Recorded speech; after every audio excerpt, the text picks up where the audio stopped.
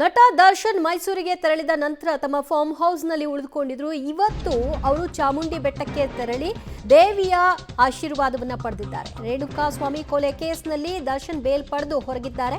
ಈಗ ದರ್ಶನ್ನ ಪತ್ನಿ ವಿಜಯಲಕ್ಷ್ಮಿ ದರ್ಶನ್ ಅವರು ಜೈಲಿನಲ್ಲಿದ್ದಂತಹ ಹೊತ್ತಿನಲ್ಲಿ ಹರಕೆಯನ್ನ ಕಟ್ಕೊಂಡಿದ್ರು. ಈಗ ಹರಕೆ ತೀರಿಸೋ ಸಲುವಾಗಿ ಚಾಮುಂಡಿ ಬೆಟ್ಟಕ್ಕೆ ಫ್ಯಾಮಿಲಿ ಸಮೇತವಾಗಿ ಹೋಗಿದ್ದಾರೆ. ದರ್ಶನ್ ಹೊರತುಪಡಿಸಿ ಕುಟುಂಬ ಸಮೇತ ಚಾಮುಂಡಿ ತಾಯಿಯ ದರ್ಶನವನ್ನ ಮಾಡಲಾಗಿದೆ. ದರ್ಶನ್ ತಾಯಿ ಮೀನಾ ತೂಗುರಿ, ವಿಜಯಲಕ್ಷ್ಮಿ, ದಿನಕರ್ ಪೂಜೆಯನ್ನ ನೆರವೇರಿಸಿದ್ದಾರೆ. ಸದ್ಯ ತೋಟದಲ್ಲೇ ವಿಶ್ರಾಂತಿಯನ್ನ ದರ್ಶನ್ ಪಡೆದುಕೊಳ್ತಾ ಇದ್ದಾರೆ. ಬೆಂಗಳೂರಿನಿಂದ ಅವರು ಮೈಸೂರಿಗೆ ಹೋದ್ರು. ಮೈಸೂರಿನ ಫಾರ್ಮ್ ಹೌಸ್ ಅಲ್ಲಿ ಹೋಗಿ ಸ್ಟೇ ಆದ್ರು. ಅದಾದ ನಂತರದಲ್ಲಿ ಅಲ್ಲೇ ಚಿಕಿತ್ಸೆಯನ್ನ ಪಡ್ಕೊಳ್ಳೋದಕ್ಕೆ ಅನುಮತಿಯನ್ನು ಕೂಡ ಪಡ್ಕೊಂಡ್ರು. ಇಷ್ಟಾದ ಮೇಲೆ ಇವತ್ತು ದರ್ಶನ್ ಅವರ ಫ್ಯಾಮಿಲಿ ದರ್ಶನ್ ಅವರ ಹೊರತಾಗಿ ಅವರ ಫ್ಯಾಮಿಲಿ ಮಾತ್ರ ಚಾಮುಂಡಿ ತಾಯಿಯ ದರ್ಶನವನ್ನ ಪಡ್ಕೊಂಡಿದ್ದಾರೆ, ಹರಕೆಯನ್ನ ಈಡೇರಿಸಿದ್ದಾರೆ.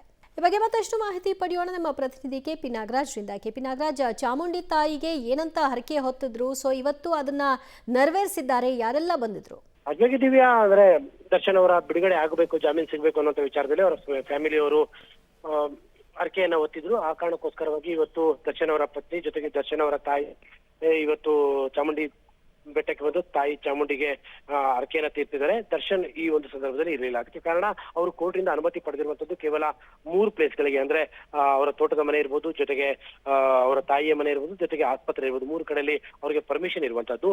ಹಾಗಾಗಿ ಅವರು ದೇವಸ್ಥಾನಕ್ಕೆ ಬಂದಿಲ್ಲ. ಆದ್ರೆ ಅವರ ಪತ್ನಿ ಮತ್ತು ಅವರ ತಾಯಿ ಇಬ್ಬರು ಬಂದು ಜಾಮೀನಿಗಿಂತ ಮುಂಚೆ ಏನು ಜೈಲು ಶಿಕ್ಷೆಗೆ ಒಳಗಾದಂತ ಸಂದರ್ಭದಲ್ಲಿ ಒಂದು ಜಾಮೀನನ್ನ ಸಿಗಬೇಕು ಅಂತ ಏನು ಹರಕೆಯನ್ನ ಕಟ್ಟಿದ್ರು ತಾಯಿ ಚಾಮುಂಡಿಗೆ. ಹಾಗಾಗಿ ಬಂದು ಹರಕೆಯನ್ನ ತೀರಿಸುವಂತ ಕೆಲಸವನ್ನ ಮಾಡಿದ್ದಾರೆ.